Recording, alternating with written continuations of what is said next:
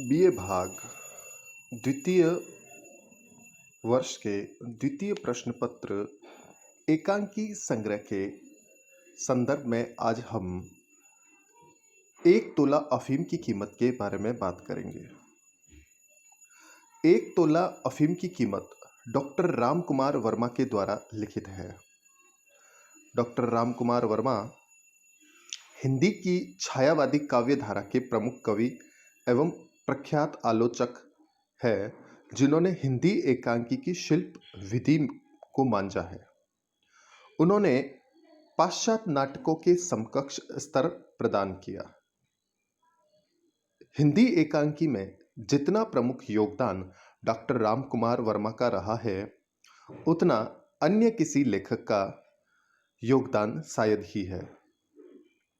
इन्होंने हिंदी एकांकी को स्वतंत्र विधा के रूप में स्थापित कर गरिमा प्रदान की है। डॉक्टर वर्मा की कवि रूप उनके एकांकियों में स्पष्ट रूप से झलकता है। सन 1930 में इन्होंने बादल की मृत्यु एकांकी विश्वविद्यालय के रंगमंच की दृष्टि से लिखा था, जिसमें अपनी सफलता की छाप छोड़ी। डॉक्टर वर्मा पाश्चात्य शैली के एक ही लंबे दृश्य और अभिनयात्मक एकांकी के जनक है।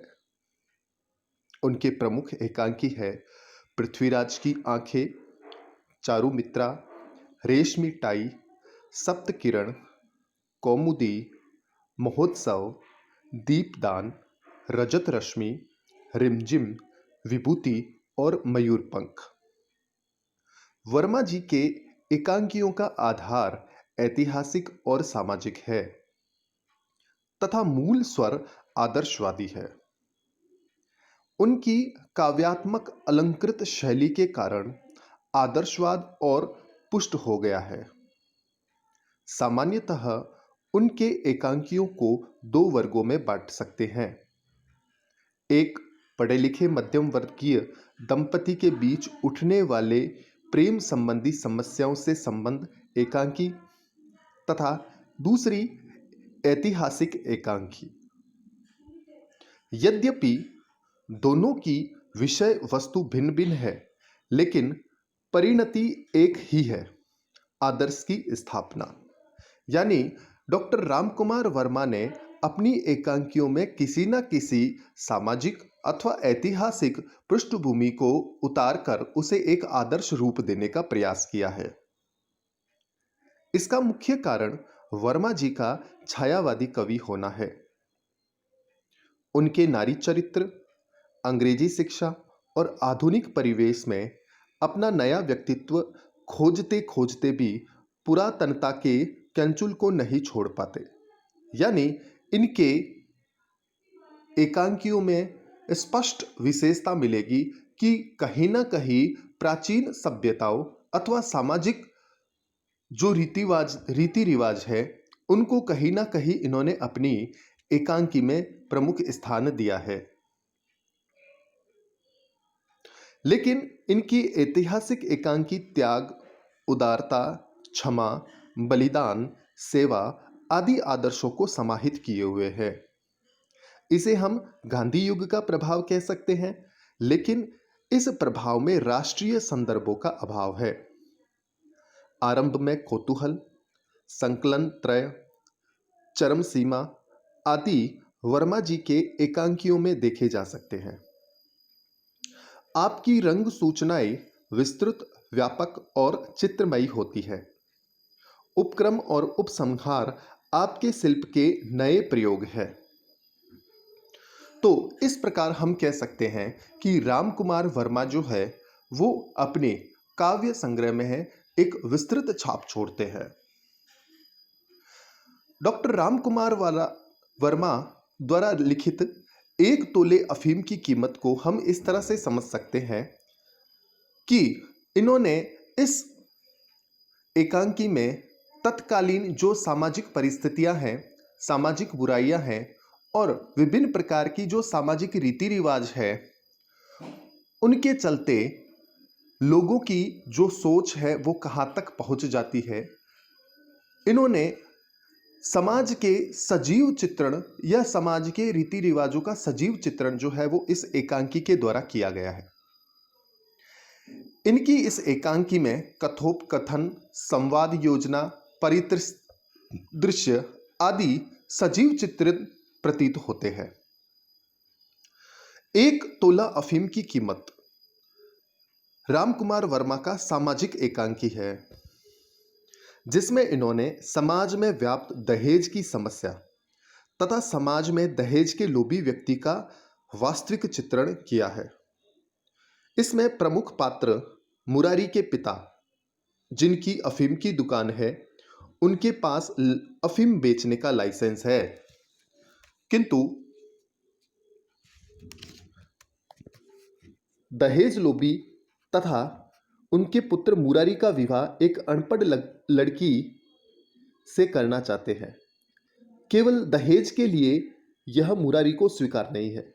चूंकि मुरारी एक पढ़ा लिखा लड़का है, तो वो कतई ही बर्दाश्त नहीं करता कि उसकी शादी जो है वो किसी अनपढ़ लड़की से हो, जबकि उसका पिता जो है वो सिर्फ और सिर्फ दहेज के कारण उसकी शादी जो है वो किसी अनपढ़ लड़की से करना चाहता है। जब उसके पिता अफीम लेने अन्यत्र जाते हैं, तो मुरारी आत्महत्या करने का निर्णय लेता है। उसकी दुकान में कुल 1 तोला अफीम है, जिसे खाकर वह आत्महत्या कर सकता है। वह उस 1 तोला अफीम की गोली को बनाता है और उसे खाकर आत्महत्या करने की योजना बनाता है। पहली परिस्थिति जो है वो हमारे सामने है कि दहेज लोभी पिता, जिसका पुत्र पढ़ा लिखा है और वह किसी पढ़ी लिखी लड़की से शादी करना चाहता है, लेकिन उसका पिता दहेज लोभी होने के कारण वो उसकी शादी बिना सोचे समझे एक अनपढ़ लड़की से सिर्फ और सिर्फ दहेज के कारण करता है।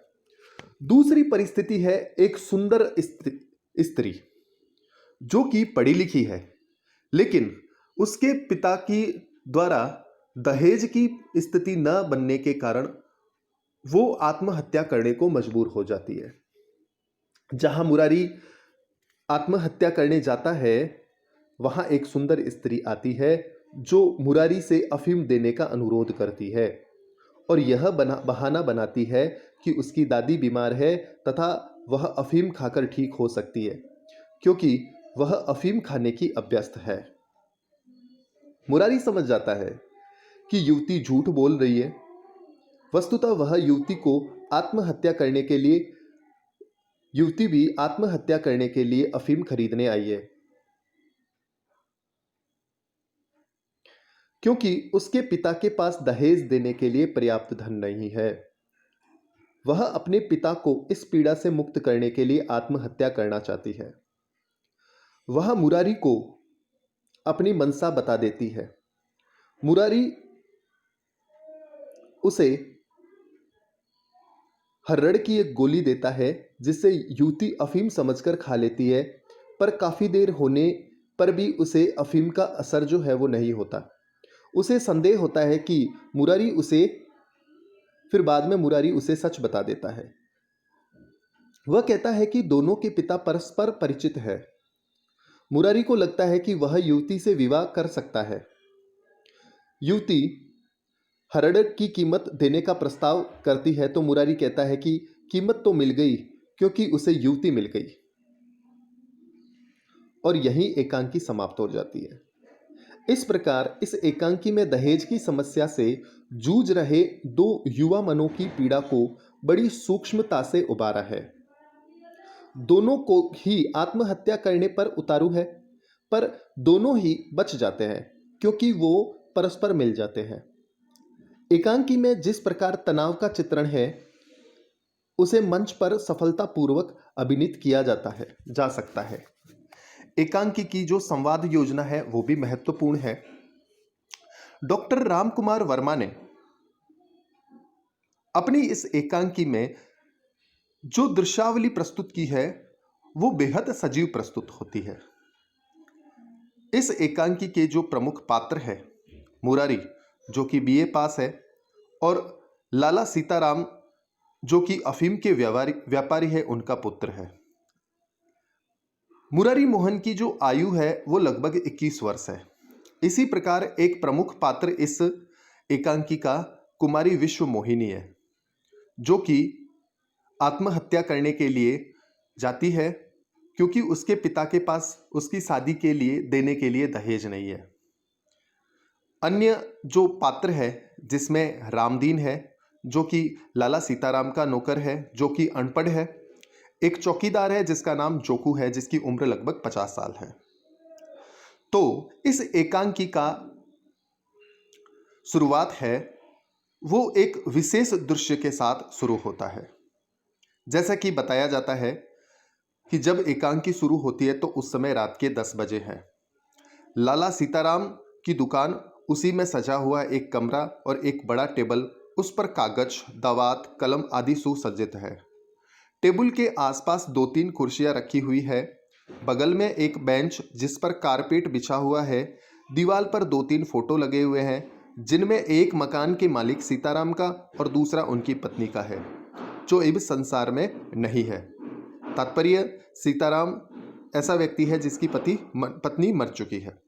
दोनों के बीच श्री लक्ष्मी जी का एक चित्र लगा हुआ है। दाहिनी ओर एक साइड बोर्ड है जिसमें लाला सीताराम अफीम के व्यापारी लिखा हुआ है। दीवार पर कुछ ऊंचाई से एक क्लॉक टंगी हुई है जिसमें 10:15 हुए हैं। क्लॉक के बगल में कैलेंडर है। मुरारी मोहन लाला सीताराम का लड़का है, जो कि इस एकांकी का सबसे प्रमुख पात्र है। नए विचारों से पूर्ण, रीति से रंगा हुआ है। इसी वर्ष उसने बीए पास की है। उम्र 21 साल है। देखने में सुंदर, साफ कमीज और धोती पहने हुए हैं और टेबल पर बिखरे हुए कागज ठीक करने के बाद वह कुर्सी पर बैठकर अखबार देख रहे हैं। चिंता की गहरी रेखाएं उसके मुख पर देखी जा सकती है। वह किसी समस्या को सुलझाने में व्यस्त मालूम है। एक बार अखबार को नजर उठाकर दीवार की ओर शून्य की तरफ देखने लगता है। तो ये एक अफीम तोले की कीमत जो एकांकी है, उस एकांकी में पहले संवाद योजना के रूप में हमारे सामने उस संवाद योजना के चारों तरफ का जो दृश्य चित्रण है उसका वर्णन शुरू में किया गया है। इस एकांकी की अगले पार्ट को हम अगले वीडियो में पढ़ेंगे तथा उसकी व्याख्या विस्तार रूप से करेंगे।